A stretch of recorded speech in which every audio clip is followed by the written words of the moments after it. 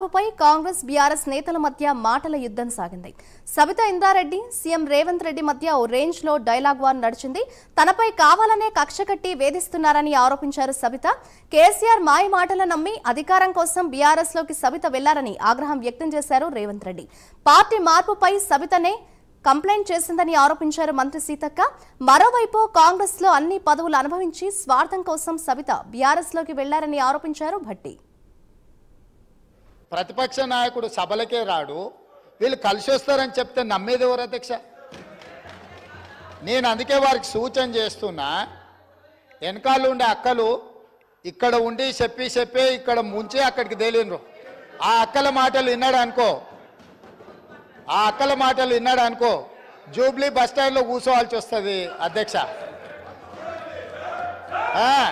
అందుకే అధ్యక్ష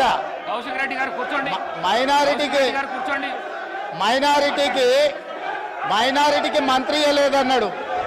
2014 నుంచి 2019 వరకు ఒక్క మహిళకు కూడా మంత్రి పదవి ఇవ్వలేదు అధ్యక్ష.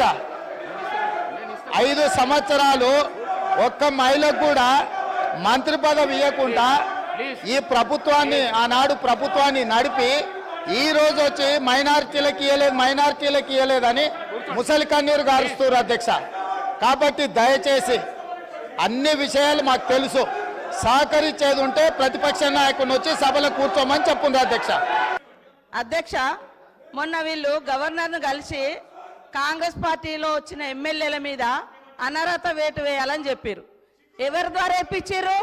కాంగ్రెస్లో గెలిచి ఎమ్మెల్యేగా ఉంటూ మరి టీఆర్ఎస్లో జాయిన్ అయినటువంటి సంబంధిత సోదర మంత్రి గారి ద్వారా ఇప్పించారు. అంటే ఇది ఎవరిని ప్రశ్నిస్తున్నారు? వాళ్ళు రాజీనామా చేసి తీసుకున్నారా? అదేవిధంగా మా సీఎం గారికి ఒకరిద్దరు మహిళలు తెల్లారితే మీతోటి వస్తా తమ్ముడు అని చెప్పి ఏం చేసిరో వారు అనుభవించిర్రు. ఆ బాధ ఢిల్లీ దాకా నేను వస్తున్నా అని చెప్పి ఏం మోసం చేసిర్రో రాహుల్ గాంధీ గారి దగ్గర టైం తీసుకున్నాక ఆ బాధ అనుభవించిండు. కాబట్టి కేటీఆర్ గారికి సూచన చేయడం జరిగింది. గౌరవ ముఖ్యమంత్రి గారు ముఖ్యమంత్రి అయిన తర్వాత కేసీఆర్ ఇంటి మీద వాళ్ళ కాకినా ఇంటి మీద వాళ్ళతో కాల్ చేస్తాడు. ఎంతమంది ఉన్నారు అధ్యక్ష? ఇప్పుడు అక్కడ ఎందుకు చేర్చుకున్నారు అధ్యక్ష?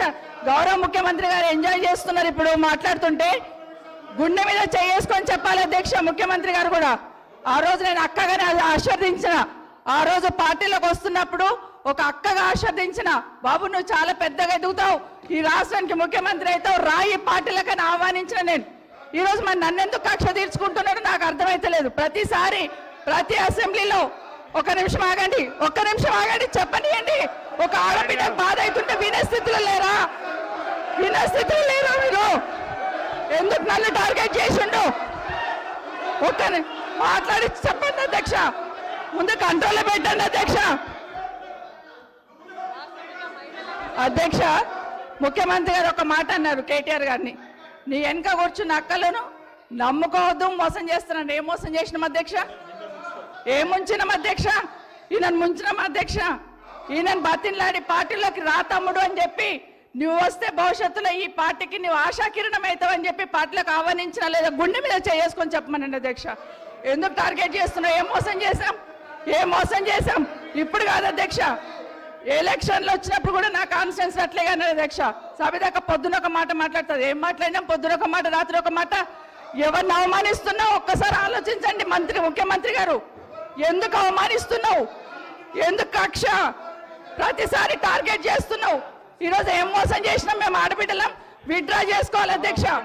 2018 శాసనసభ ఎన్నికల్లో కూర్చోండి రాజశేఖర రెడ్డి గారు, నేను కొడంగల్ శాసనసభలో ఓడిపోయిన తర్వాత 2019 పార్లమెంట్ ఎన్నికలు వచ్చినప్పుడు కాంగ్రెస్ పార్టీ నన్ను పార్లమెంటుకు పోటీ చేయమని అన్నప్పుడు ఇదే సబితక్క ఇంటికి వెళ్ళి ఇదే సబితక్క నన్ను పిలిచి నువ్వు మల్కాజ్గిరి పార్లమెంట్ లో పోటీ చేయి, ఎన్నికల్లో నీకు అండగా నిలబడతా అని నాకు మాట ఇచ్చి పార్టీ నన్ను ఎంపీగా డిక్లేర్ చేసిన మరుక్షణం టీఆర్ఎస్ తో మాట్లాడుకొని పోయి టీఆర్ఎస్ లో చేరింది అధ్యక్ష.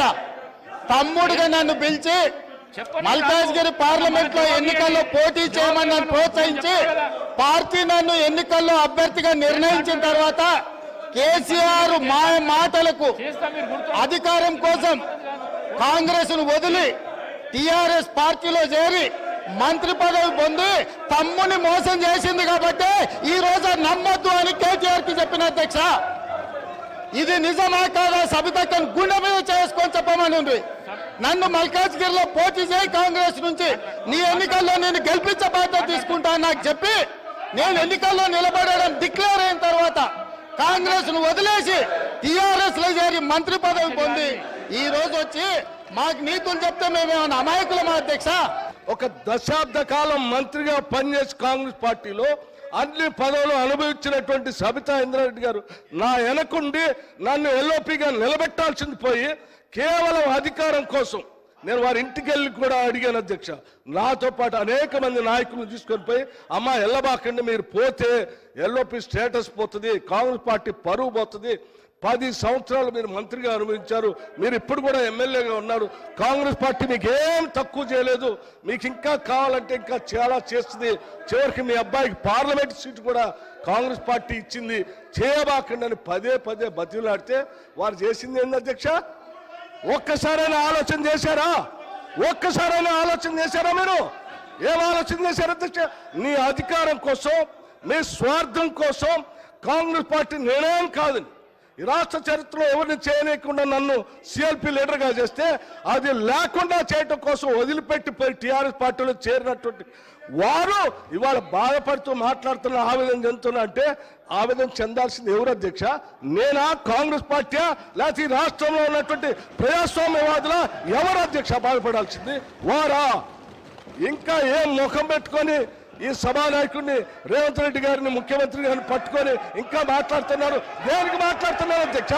ఏం చేశారని, ఏం గొప్పలు సాధించారని, ఏం చేశారని? పార్టీలు మారి పరువు తీసి మొత్తం ప్రజాస్వామ్యాన్ని కూలి చేసింది కాకుండా ఇంకా మాట్లాడుతూ ఉన్నారు, ఆవేదన చెందుతున్నారు, బాధపడుతున్నారు. అంటే బాధపడాల్సింది ఎవరు అధ్యక్ష? ఇది కాదు, బాధపడాల్సింది మీరు. ఏం మాట్లాడుతూ ఉన్నారు? ఇంకా